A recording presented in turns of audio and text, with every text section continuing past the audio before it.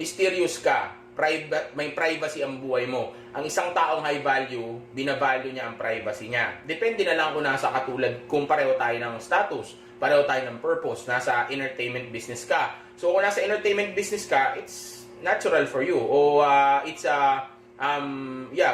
okay for you, or natural lang para sa'yo na magpakita ka ng buhay mo, kuna mo ng video yung mga ginagawa mo dahil nasa media ka eh. Kumbaga nasa ganitong klaseng industry ka. Pero kung hindi, dapat ang buhay mo i-private mo. Ang isang tao masyado nakapublic ang buhay, na pakita ng picture, papansin ng papansin sa post, yung mga yan, ibig sabihin, kung di walang ginagawa sa buhay yan, malulungkot yan. Naghahanap palagi ng kaibigan, naghahanap palagi ng simpatya, naghahanap palagi ng mapaglalabasan niya, ng sama ng loob niya. Isa pa yan, pagbabawalan ko kayo sa posting ng kung ano-anong mga post na, let's say, paawa.